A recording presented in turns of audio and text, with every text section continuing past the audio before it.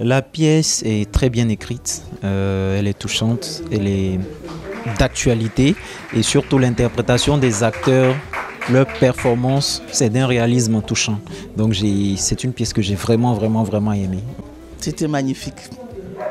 C'était magnifique, un peu révoltant, mais voilà, c'était magnifique.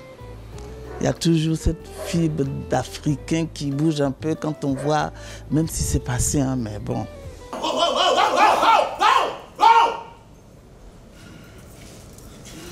Allez, touchez la bête. Touchez. Oui, venez, monsieur vous, venez toucher. C'est révoltant, c'est touchant.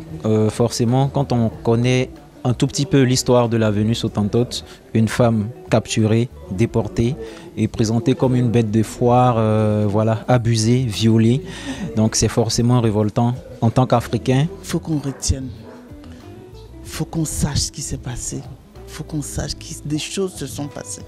Mais l'Africain a relevé la tête. On est encore là et on en parle. On n'en parle pas avec de la haine, mais quand même, il faut que ça se sache.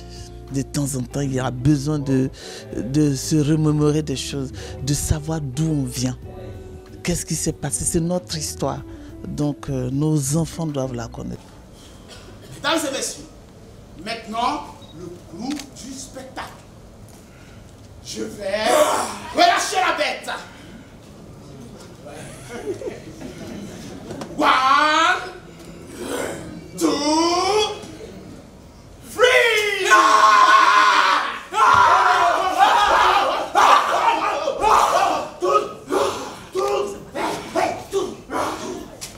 je trouve que d'un point de vue de la conservation, d'un point de vue historique, ce genre d'initiative est à encourager, à vulgariser parce que ça permet de maintenir dans le cours de l'histoire ces faits-là marquants qui doivent aussi être enseignés parce qu'il faut qu'on s'en souvienne. Il y a un triste personnage qui a dit il y a quelque temps que l'Afrique n'était pas assez entrée dans l'histoire. Je pense que cette pièce est la réponse à cette assertion. Il faut qu'on se rappelle ce qui nous a fait mal. Il faut qu'on réfléchisse là-dessus. Il faut qu'on repense, il faut qu'on interprète pour que ça touche le public et que ça touche l'Afrique en général.